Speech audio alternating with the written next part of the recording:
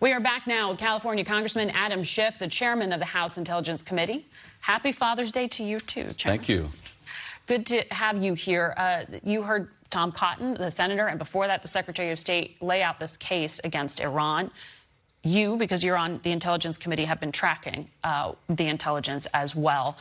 Is there any question in your mind that it is Iran and its Revolutionary Guard that is behind these attacks?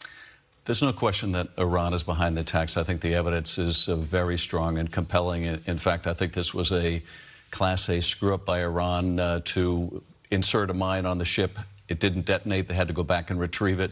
I can imagine there are some Iranian heads rolling for that botched operation. But nonetheless, the problem is that we are struggling, even in the midst of this solid evidence, to persuade our allies to join us in any kind of a response. And it shows just how isolated the United States has become. Our allies warned the United States. I think our intelligence agencies warned policymakers that this kind of Iranian reaction was likely a result of a policy of withdrawing from the nuclear agreement. And so what we see is a split of the U.S. from our allies, and we see Russia and China coming together and having Iran's back. This is, I think, the worst of all situations, and the maximalist pressure campaign has maximally failed and only heightened the risk of conflict. For my colleague, Senator Cotton, to advocate that we attack Iran and provoke a war, that there's no congressional authorization necessary, I think is exactly the wrong answer on both levels. Congressional approval is necessary to initiate hostilities against Iran. We should be trying to corral a response, though, from the international community to protect shipping, to impose sanctions. But because we have so alienated ourselves from our allies, that's not happening. Do you see the risk of this getting out of control and escalating further? I mean, you hear very clearly from the Secretary of State the president is not seeking war. Senator Cotton is laying out a very different pathway. I think that's true. Certainly, the president has said that he doesn't want war, but nonetheless, his people, and I don't know whether this is Pompeo or Bolton or both, seem to be taking actions to undercut that ambition to stay out of warfare. At a time when the president sent a message, apparently through the Japanese prime minister, of an interest in going back to the table to negotiate, Bolton was announcing new sanctions on Iran. Now, is that an effort to scuttle the president's effort to initiate a dialogue? It certainly seemed to have that effect. But I think the whole idea that somehow through this pressure campaign we were going to force Iran to capitulate and say, okay, we'll come back to the table, we'll give up everything, was naive, dangerously naive in the first place. And this is what our allies are reacting to. This was eminently foreseeable. These attacks on shipping were eminently foreseeable. And the fact that our reneging on the deal has made us safer is part of the proof. And I think for the Secretary to tell you this morning that see the flaws in the nuclear deal, Iran can go back to enriching now. We left the nuclear deal. How is that to make the case that the nuclear deal was flawed? We left the deal, and now we're going to complain that Iran is leaving as well? I want to switch gears to talk a little bit about Russia.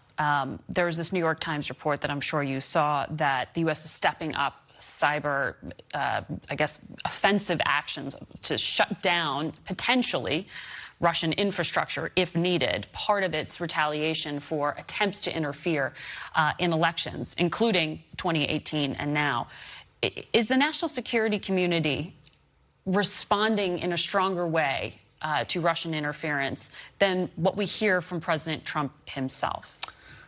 Certainly, I think the intelligence community is training its focus and resources on the Russian threat, even if the president isn't. I can't comment on whether the New York Times report is accurate or inaccurate, but certainly we've had a heightened focus on Russian meddling in our elections. There have been persistent concerns about Russia and other nations preparing the battlefield in terms of our energy grid, and establishing a deterrent, I think, is very important. But that effort to establish a deterrent is dramatically undercut when the president a month ago told Putin over the phone that he still thinks the Russian interference in our election was a hoax, when the president says that he still is open to receiving foreign help and he may or may not call the FBI. What I found most disturbing about that New York Times story about whether we're preparing the battlefield in terms of the electrical grid in Russia was the fact that security officials with the administration felt they couldn't tell this to the president because he might compromise that information in a conversation with the Russians, or he might countermand their orders, their military decisions, because of the president's obsequious attitude towards Russia. Is Congress getting briefed on that? Is there enough congressional oversight of this kind of program? We are certainly, and again, I can't confirm whether the program that is described in the New York Times is either accurate or inaccurate, but we certainly press the intelligence community and our military to be briefed, kept currently informed, and I think we are being kept informed, but it's a continual effort.